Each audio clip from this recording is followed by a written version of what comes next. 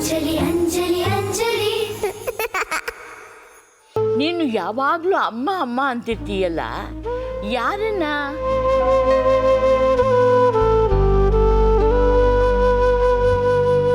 ಈ ಅಮ್ಮನ್ನೇ. ಎಲ್ಲಿ ಗಟ್ಟಿಯಾಗಿ ಹೇಳು. ಈ ಅಮ್ಮನ್ನೇ. ಇನ್ನೊಂದ್ಸಲ ಹೇಳು, ಗಟ್ಟಿಯಾಗಿ ಹೇಳು. ಈ ಅಮ್ಮನ್ನೇ. ನಾಳೆಯಿಂದ ಅಜ್ಜಿ ರೂಮ್ ಕಡೆ ನೀನು ಕಾಲಿಡಬಾರ್ದು. ನಿತ್ಯ ನಿತ್ಯ ನಿತ್ಯ ಏನತ್ತೆ? ಏನಿಲ್ಲ, ನಾನು ನಿಮ್ಮ ಥರ ಏನು ಹೆಚ್ಚಿಗೆ ಓದೋಳಲ್ಲ. ನೀವೆಲ್ಲ 1-2 ಡಿಗ್ರಿ ಅಂತ ಮಾಡ್ಕೊಂಡಿದ್ದೀರಲ್ಲ, ನಂಗೊಂದು ಡೌಟ್ ಇದೆ, ಬಗೆಹರಿಸ್ತೀಯಾ? ನಿಮಗೇನು ಒಂದೇ ಎಲ್ಲ ವಿಷಯಕ್ಕೂ ಡೌಟೆ, ಅದೇನು ಹೇಳಿ. ಅಲ್ಲ, ಈ ಕ್ಯೂಡ್ರಿಗೆ ಇದ್ದಕ್ಕಿದ್ದಾಗೆ ಕಿವಿ ಕೇಳಿಸೋ ಹಾಗೆ ಏನಾದರೂ ಔಷಧಿ ಇದೆಯಾ? ಇಲ್ಲ ಅತ್ತೆ, ನನಗೆ ಗೊತ್ತಿರೋಂಗೆ ಅಂತ ಔಷಧಿ ಯಾವುದೂ ಇಲ್ವಲ್ಲ. ಹೌದು, ಏನಕ್ಕೆ ಕೇಳ್ತಿದ್ದೀರಾ? ಏನಿಲ್ಲ, ಆ ಅಜ್ಜಿ ಅನ್ನೋ ಮುರುಕಲ್ ಬಾಡಿಗೆ ಇದ್ದಕ್ಕಿದ್ದಾಗೆ ಕಿವಿಗೆ ಸೌಂಡ್ ಸ್ಪೀಕರ್ ಹಾಕಿದಾಗೆ ಕಿವಿ ಕೇಳ್ಸೋಕ್ಕೆ ಶುರುವಾಗಿದೆಯಾ ಅನ್ನೋ ಅನುಮಾನ ನನಗೆ. ಹೌದಾ ಅತ್ತೆ? ಯಾಕೆ, ಏನಾಯ್ತು? ಏನಿಲ್ಲ, ಆ ಅಜ್ಜಿಗೆ ಇದ್ದಕ್ಕಿದ್ದಾಗೆ ದೊಡ್ಡ ಮರಿ ಸೊಸೆ ಮೇಲೆ ಪ್ರೀತಿ ಉಕ್ಕಿ ಹರಿತಾ ಇದೆ. ಯಾವಳವಳು ನನ್ನ ಮರಿ ಸೊಸೆಗೆ ಬೈತಾ ಇರೋಳು, ಹಿಂಸೆ ಕೊಡ್ತಾ ಇರೋಳು, ಧೈರ್ಯ ಇದ್ದರೆ ನನ್ನ ಎದುರುಗಡೆ ಬನ್ನಿ ಅಂತ ಆವಾಜ್ ಹಾಕ್ತಾ ಇದ್ದಾಳೆ. ಇದೆಲ್ಲ ಕೇಳಿದ್ರೆ ನಾವು ಮಾತಾಡ್ತಾ ಇರೋದು ಆ ಅಜ್ಜಿ ಕೇಳಿಸ್ತಾ ಇದೆಯಾ ಅಂತ ಅನುಮಾನ ನನಗೆ. ಇಷ್ಟು ದಿನ ನಾವು ಅಜ್ಜಿ ಕಿವಿ ಬಳಿ ಹೋಗಿ ತುತ್ತೂರಿ ಊದಬೇಕಾಗಿತ್ತು. ಆದರೆ ಈಗ 10 ಮಾರು ದೂರ ನಿಂತ್ಕೊಂಡು ನಾವು ಏನೇ ಮಾತಾಡಿದ್ರು ಸ್ಪಷ್ಟವಾಗಿ ಕೇಳಿದ್ರೆ ತಾನೇ ನಮ್ಗೆ ಈ ರೀತಿ ರೋಪಕ್ಕಾಗ ಸಾಧ್ಯ. ಈ ಮನೇಲಿ ಏನಾಗ್ತಾ ಇದೆ ಅಂತಲೇ ನನಗೆ ಅರ್ಥ ಆಗ್ತಾ ಇಲ್ಲ. ಹೋಗ್ಲಿ ಬಿಡಿ ಅತ್ತೆ, ಅಕ್ಕನ ಪರ ಮಾತಾಡೋಕ್ಕೆ ಈ ಮನೇಲಿ ಒಬ್ಬರಾರು ಇದ್ದಾರಲ್ಲ ಅಂತ ಸಂತೋಷ ಪಡಿ. ಏಯ್, ಇದು ಸಂತೋಷ ಪಡೋ ವಿಷಯ ಅಲ್ಲ. ನಾನೇನು ಹೇಳ್ತೀನಿ ಅಂದರೆ, ನಿತ್ಯ, ಪೂಜೆ ಶುರು ಆಯಿತು. ಹಾಂ ರೀ, ಬಂದೆ. ಅತ್ತೆ, ಪೂಜೆ ಶುರು ಆಗಿದೆಯಂತೆ. ನನ್ನ ಕಿವಿನೂ ಚೆನ್ನಾಗಿಟ್ಟಿರಪ್ಪ ಅಂತ ದೇವ್ರನ್ನ ಕೇಳ್ಕೊಂಬನ್ನಿ. ಬನ್ನಿ. ಛೇ, ಈ ನಿತ್ಯ ಮನೆಗೆ ಬಂದು ಇನ್ನೂ 2-3 ದಿನ ಆಗಿಲ್ಲ, ಆಗಲೇ ಆ ಯಶೋದ ಮೇಲೆ ಏನು ಪ್ರೀತಿ ಉಕ್ಕಿ ಹರಿತಾ ಇದೆ. ಕೆಲವೊಂದ್ಸಲ ನನಗೆ ಉಲ್ಟಾ ಹೊಡಿತಾಳೆ ಇವಳು. ಲೇ ನಿತ್ಯ, ನಾನು ದೇವ್ರ ಹತ್ರ ನನಗೋಸ್ಕರ ಏನೂ ಕೇಳ್ಕೊಳ್ಬೇಕಾಗಿಲ್ಲ ಕಣೆ. ನಾನು ಬೇಡ್ಕೊಳ್ಳೋದು ಒಂದೇ, ಇವತ್ತು ಅತ್ತೆ ರಾಗಿಣಿಗೆ ಹೇಗೆ ಉಗಿದು ಉಪ್ಪಿನಕಾಯಿ ಹಾಕಿದ್ರೋ ಹಾಗೆ ಪ್ರತಿದಿನವೂ ಅವಳಿಗೆ ಉಗಿದು ಉಪ್ಪಿನಕಾಯಿ ಹಾಕಿ ಅಂತ ದೇವ್ರ ಹತ್ರ ಬೇಡ್ಕೋತೀನಿ. ಅಜ್ಜಿಗೆ ಮಾತಾಡೋದು ಕೇಳಿಸುತ್ತೆ, ನಾನು ಯಾಕೆ ಅನ್ಸಲ್ಲ? ಏನಜ್ಜಿ, ನೀವಿನ್ನೂ ಇಲ್ಲೇ ಕೂತಿದ್ದೀರಾ? ಯಾರು? ನಾನಜ್ಜಿ, ಚೇತನ್. ನನ್ನ ಜೊತೆ ನಿತ್ಯನೂ ಬಂದಿದ್ದಾಳೆ. ಹೌದಾ? ನನ್ನ ಮರಿ ಸೊಸೆನೂ ಬಂದಿದ್ದಾಳಾ? ಹ್ಞೂ ಅಜ್ಜಿ. ನಿಧಾನಕ್ಕೆ ಎದ್ದೇಳಿ.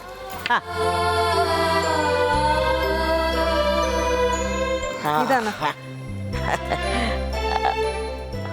ಸರಿ, ಅವಳಲ್ಲಿ? ಅಜ್ಜಿ, ನಾನು ಇಲ್ಲೇ ಇದ್ದೀನಿ. ನೀನು ಸರಿ, ಅವಳೆಲ್ಲಿ ಹೋದ್ಲು? ಅಜ್ಜಿ, ನಾನು ಇಲ್ಲೇ ಇದ್ದೀನಿ. ನಾನೆಲ್ಲಿ ಹೋಗ್ತೇನೆ ಅಜ್ಜಿ, ನಾನು ನಿಮ್ಮ ಜೊತೆನೇ ಇರ್ತೇನೆ. ನಡೀರಿ ನಡೀರಿ, ದೇವರಿಗೆ ನಮಸ್ಕಾರ ಮಾಡೋಣ. ಆಹಾ, ನಿನ್ನ ಮಾತು ಅದೆಷ್ಟು ಇಂಪಾಗಿದೆಯೇ.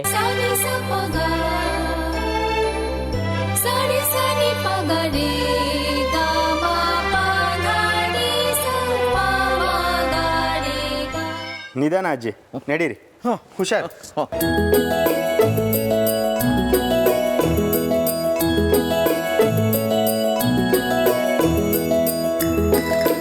ಪರವಾಗಿಲ್ಲ, ಈ ಆಂಟಿ ಅಂಕಲು ಅಜ್ಜಿಗೆ ತುಂಬಾ ಹೆಲ್ಪ್ ಮಾಡ್ತಾರೆ.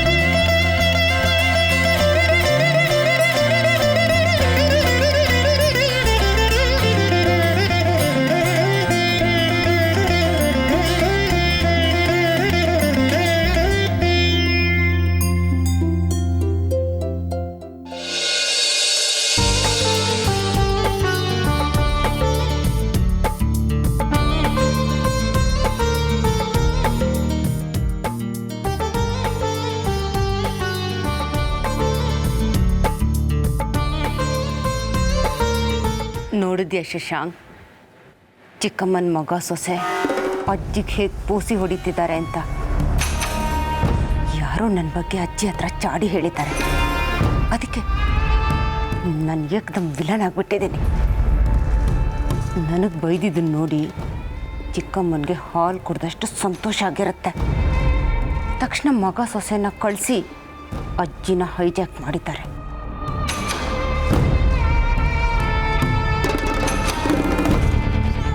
ಎಲ್ಲರೂ ಪೂಜೆಗೆ ಬಂದಿದ್ದಾರೆ. ಈ ಅಮ್ಮ ಎಲ್ಲ ಹೋದ್ಲು?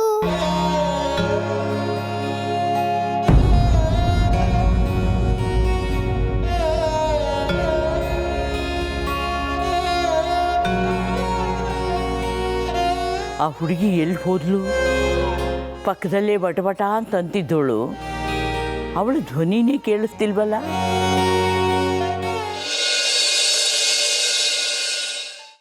ಎಲ್ಲಿಗೆ ಹೊರಟೆ?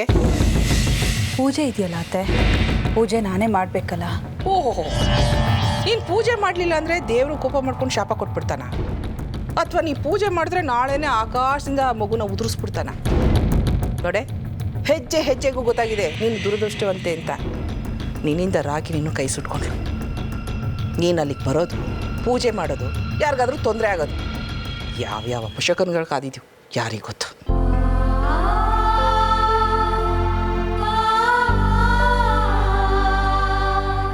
ನೋಡೆ, ನೀನು ಪೂಜೆ ಮಾಡೋದು ಬೇಕಾಗಿಲ್ಲ. ಎಲ್ಲ ಪೂಜೆನೂ ರಾಗಿಣಿನೇ ಮಾಡ್ತಾಳೆ. ಪೂಜೆ ಮುಗಿಯೋ ತನಕ ನೀನು ಈ ರೂಮ್ ಬಿಟ್ಟು ಹೊರಗಡೆ ಬರೋ ಹಾಗಿಲ್ಲ. ರಾಗಿಣಿಗಾದಾಗೆ ಬೇರೆ ಯಾರಿಗೂ ಈ ಮನೆಯಲ್ಲಿ ಯಾವ ಅನಿಷ್ಟನೂ ನಡೀಬಾರ್ದು. ಗೊತ್ತಾಯ್ತೇನೆ?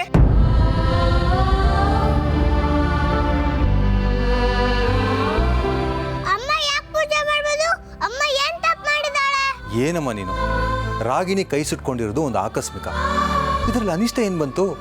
ಯಾಕೆ ಯಶೋಧ ಕಾಲು ಸುಟ್ಕೊಂಡಿಲ್ವಾ? ಸರಿಯಾಗಿ ಹೇಳಿದ್ರಿ. ಅಮ್ಮ ಕಾಲ್ ಸುಟ್ಕೊಂಡಿದ್ದು ಮಂತ್ರವಾದಿ ಅತ್ತೆಂತಾನೆ. ನಾನೇ ನೋಡಿದ್ದೀನಿ. ಅವಳ ಅನಿಷ್ಟ. ಪರವಾಗಿಲ್ಲ ಕಣೋ ರಾಜೀವ, ಹೆಂಡ್ತಿನ ವಹಿಸ್ಕೊಂಡು ನನ್ನ ಮುಂದೆನೇ ನಿಂತ್ಕೊಂಡು ಮಾತಾಡೋಷ್ಟು ಧೈರ್ಯ ಬಂದ್ಬಿಡ್ತ ನಿಂಗೆ.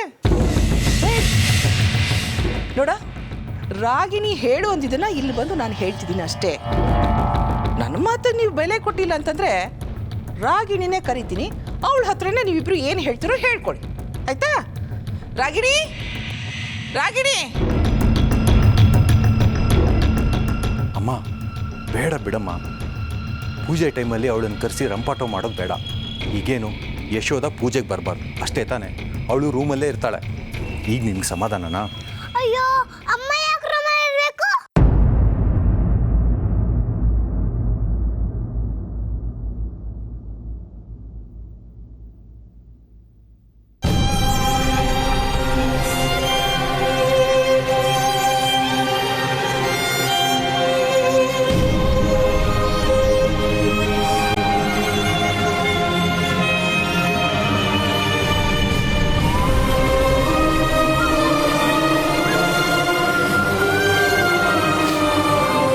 ಅತ್ತೆ ಹೇಳಿದ್ದು ಸರಿನೇ. ನಾನೊಬ್ಳು ತರಿತಿರ್ತವಳು. ನಾನು ಏನೇ ಕೆಲಸ ಮಾಡಿದ್ರು ಅದರಿಂದ ಬೇರೆಯವ್ರ ಕಷ್ಟ.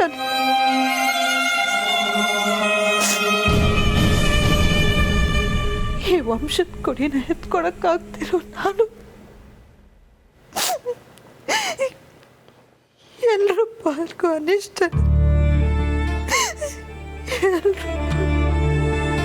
ಅಮ್ಮ ಅಳ್ಬೇಡ ಅಮ್ಮ, ಸಮಾಧಾನ ಮಾಡ್ಕೋ. ನೀನ್ ಯಾವಾಗ್ಲೂ ನಮ್ಮ ಅಮ್ಮ ಅಂತ ನಗ್ನಗ್ತಾನೆ ಇರ್ಬೇಕು.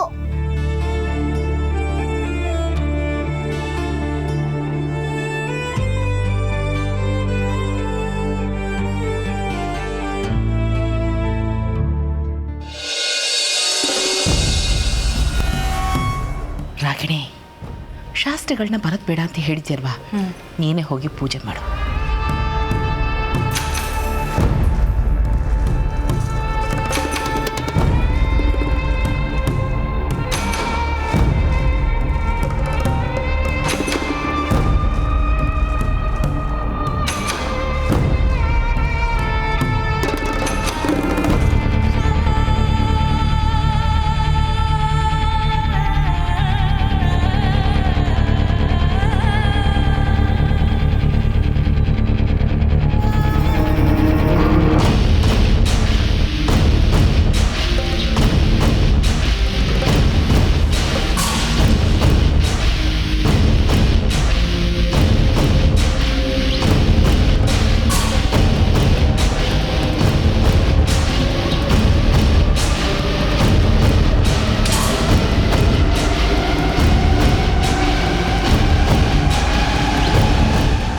ಶುರುವಾಯ್ತಾ?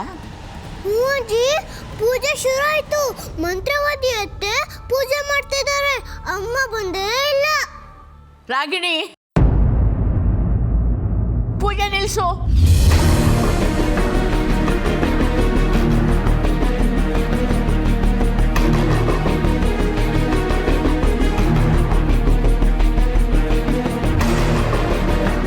ನನ್ನ ದೊಡ್ಡ ಮರಿ ಸೊಸೆ ಯಾಕೆ ಪೂಜೆಗೆ ಬಂದಿಲ್ಲ?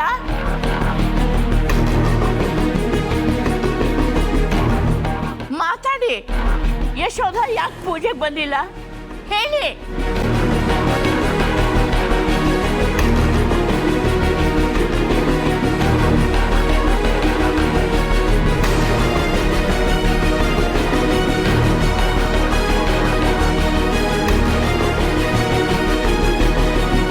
ಹಬ್ಬ, ಅಟ್ಲೀಸ್ಟ್ ಅಜ್ಜಿನಾದರೂ ಅಕ್ಕ ಎಲ್ಲಿ ಅಂತ ಕೇಳಿದ್ರಲ್ಲ.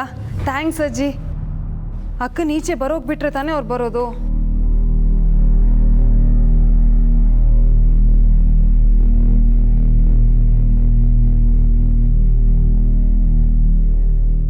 ಅಮ್ಮ, ಈ ಮುದುಕಿಗೆ ಏನಾಗಿದೆ? ಕಿರಿಕ್ ಮಾಡೋದಕ್ಕೆ ಶುರು ಮಾಡಿದಾಳೆ. ದರಿದ್ರ ಮುದುಕಿ ಟೈಮ್ ನೋಡಿ ಕಿರಿಕ್ ಮಾಡುತ್ತೆ. ರಾಜೀವ, ಹೋಗಿ ಆ ಮುದುಕಿನ ಸಮಾಧಾನ ಮಾಡು. ಹೋಗು.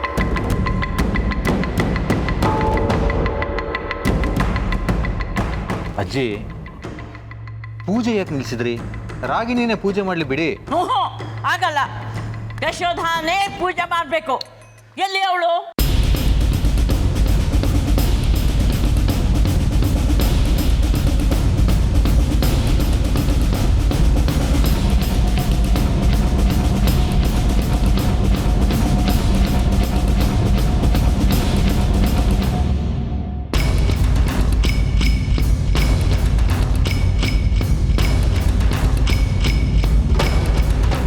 ಅಜ್ಜಿ, ಯಾಕೆ ಕೂಗ್ತಿದ್ದೀರಾ? ನಿಮ್ಮ ಮರಿ ಕಿರಿ ಸೊಸೆ ಅಲ್ಲೇ ಕೂತಿದ್ದಾರೆ. ಪೂಜೆ ಮಾಡಕ್ಕಾಗಲ್ಲ, ಸುಸ್ತು ಅಂದ್ರು. ಅದಕ್ಕೆ ನಾನೇ ಪೂಜೆ ಮಾಡ್ತಿದ್ದೀನಿ. ಸುಳ್ಳು ಸುಳ್ಳು ಅಜ್ಜಿ, ಅಮ್ಮ ಇಲ್ಲಿ ಬಂದೇ ಇಲ್ಲ. ರಾಗಿಣಿ, ಯಾಕೆ ಸುಳ್ಳು ಹೇಳ್ತಿದೀಯ? ನನಗೆ ಕಣ್ಣು ಕಾಣೋಲ್ಲ ಅಂತ ಏನು ಬೇಕಾದ್ರೂ ಸುಳ್ಳು ಹೇಳ್ಬೋದು ಅಂದ್ಕೊಂಡಿದೀಯಾ? ಕರಿ ಅವಳನ್ನ. ಅವಳು ಮುಟ್ಟಿದ್ರೆ ನಂಗೆ ಗೊತ್ತಾಗುತ್ತೆ.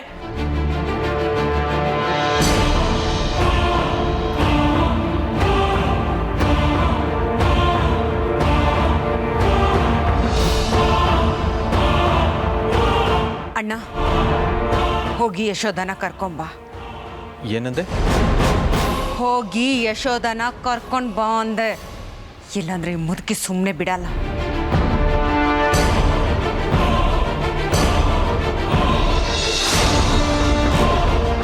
ಥ್ಯಾಂಕ್ಸ್ ಅಜ್ಜಿ, ಅಮ್ಮನ್ನ ಕರ್ಕೊಂಬರಕ್ ಹೋಗಿದ್ದಾರೆ. ಗಣೇಶ, ತುಂಬಾ ಥ್ಯಾಂಕ್ಸ್ ಗಣೇಶ. ಇಲ್ಲ, ಅಮ್ಮನ ಪೂಜೆ ಮಾಡಬೇಕು. ಈ ಕೆಟ್ಟು ಮಂತ್ರವಾದಿ ಅತ್ತೆ ಪೂಜೆ ಮಾಡಲೇಬಾರ್ದು.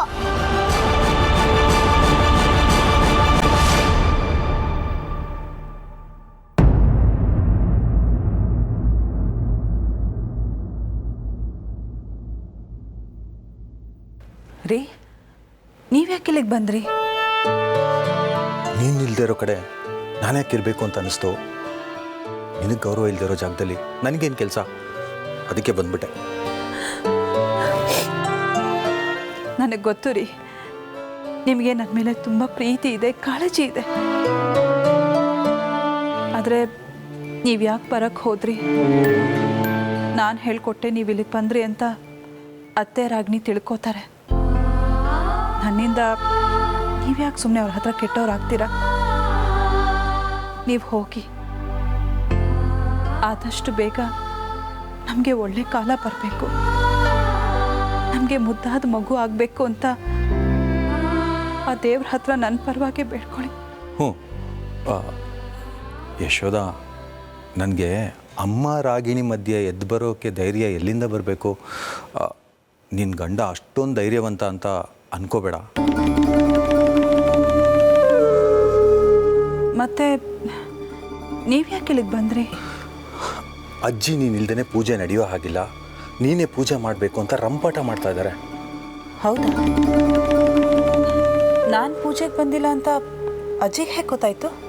ಅದು ಹೇಗೆ ಗೊತ್ತಾಯ್ತೋ ಏನೋ, ಆದರೆ ನಿನ್ನ ಕರ್ಕೊಂಬ ಅಂತ ಅಜ್ಜಿ ಹಠ ಮಾಡ್ತಾ ಇದ್ದಾರೆ. ಆದರೆ ನಾನು ಅಲ್ಲಿಗೆ ಬಂದರೆ ರಾಗಿಣಿ ಸುಮ್ಮನೆ ಇರ್ತಾಳ ಹೇಳಿ? ರಾಗಿಣಿನೇ ನೀನು ಕರ್ಕೊಂಬರಕ್ಕೆ ಹೇಳಿದ್ದು. ಬಾ ಯಶೋದ, ನಿನ್ನ ಮಡಿಲಲ್ಲಿ ಒಂದು ಮುದ್ದಾದ ಮಗು ಬರಲಿ, ನಮ್ಮ ಖುಷಿ ದಿನಗಳು ವಾಪಸ್ ಬರಲಿ ಅಂತ ಆ ದೇವ್ರಿಗೆ ಕೇಳ್ಕೊಂಡು ಪೂಜೆ ಮಾಡೋಣ. ಬಾ ಯಶೋದ.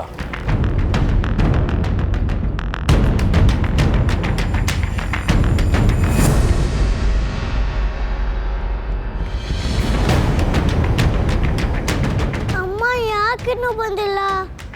ಏನ್ ಮಾಡ್ತಿದ್ದಾಳವಳು?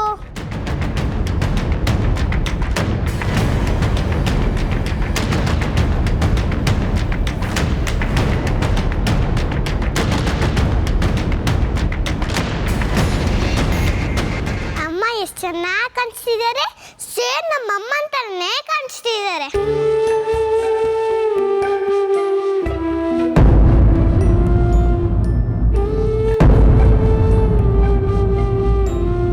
ಯಶೋದ, ಅಜ್ಜಿ ಹತ್ರ ಹೋಗಿ ನಾನು ಬಂದಿದ್ದೀನಿ ಅಂತ ಹೇಳು.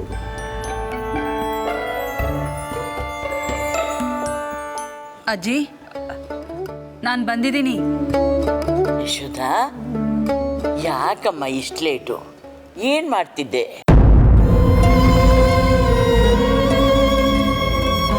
ಓ, ಪ್ರಸಾದ ಮಾಡ್ತಾ ಇದ್ಯಾ? ಹೌದು ಅಜ್ಜಿ.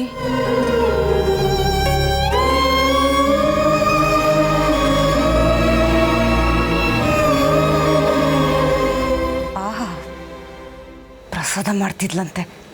ಕೈ ಬಾಯಿ ಸುಟ್ಕೊಂಡು ಮಾಡಿದ್ದು ನಾನು. ಇವಳು ತಿಮ್ಮಲೆ ರಂಗಂತ ಮಲಗಿದ್ಲು. ಅಮ್ಮ, ನಿನ್ನ ಸೊಸೆ ಸ್ವಲ್ಪ ಜಾಸ್ತಿನೇ ಹೆಚ್ಕೊಂಡಿದ್ದಾಳೆ. ಕಾಣ್ದಿರೋ ಮುದುಕಿ ಅವಳು ಹಣೆ ಬರೆಯೋದಕ್ಕೆ ಹೊರಟಿದ್ದಾಳೆ. ಅದನ್ನು ಹೇಗೆ ಅಳಿಸ್ತೀನಿ ಅಂತ ನೋಡ್ತಿರು. ಈ ಮಂತ್ರವಾದ್ಯತೆ ಏನೋ ಓಟ ಅಂತಿದ್ದಾಳಲ್ಲಪ್ಪ. ಅಮ್ಮಂಗೆ ಇನ್ನೂ ಕಷ್ಟ ಕೊಡ್ತೀನಿ ಅಂತ ಹೇಳ್ತಿರಾಗಿದ್ಯಲ್ಲ. ಹೋಗಮ್ಮ, ಪೂಜೆಗೆ ಹೊತ್ತಾಯ್ತು. ಬೇಗ ಪೂಜೆ ಮಾಡಿ ಮಂಗಳಾರತಿ ಮಾಡು.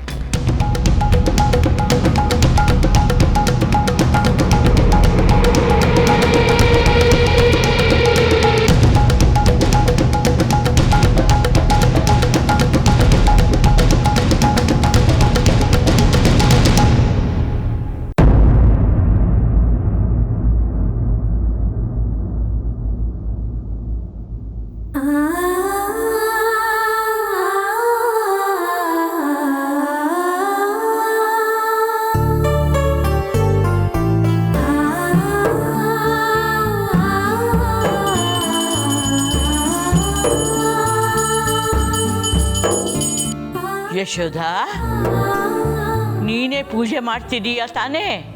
ಹ್ಞೂ ಅಜ್ಜಿ, ಅಮ್ಮನೇ ಪೂಜೆ ಮಾಡ್ತಿದ್ದಾಳೆ. ಹ್ಞೂ ಅಜ್ಜಿ, ಯಶೋದನೇ ಪೂಜೆ ಮಾಡ್ತಾ ಇದ್ದಾಳೆ.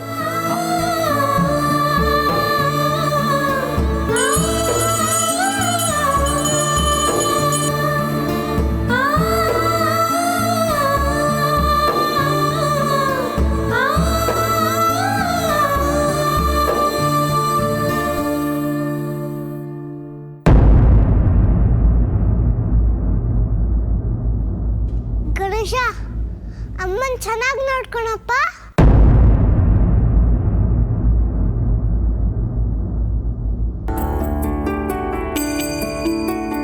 ಅಬ್ಬ, ಪೂಜೆ ಎಲ್ಲ ಚೆನ್ನಾಗಾಯಿತು. ನಿಧಾನ ಅಜ್ಜಿ, ನಿಧಾನಕ್ಕೆ ಬನ್ನಿ. ಹಿಂದೆ ನಮ್ಮ ಮನೆಯಲ್ಲೆಲ್ಲ ಇಂಥ ಪೂಜೆಗಳು ಎಷ್ಟು ವಿಜೃಂಭಣೆಯಿಂದ ನಡೀತಾ ಇದ್ದವು. ಇವಾಗ ಏನಿಲ್ಲ, ಎಲ್ಲ ಬರೀ ನೆನಪು ಅಷ್ಟೇ. ಅಜ್ಜಿ, ನೀವು ರೆಸ್ಟ್ ಮಾಡಿ, ಪ್ರಸಾದ ಕೊಟ್ಟು ಕಳಿಸ್ತೀನಿ, ಆಯ್ತಾ?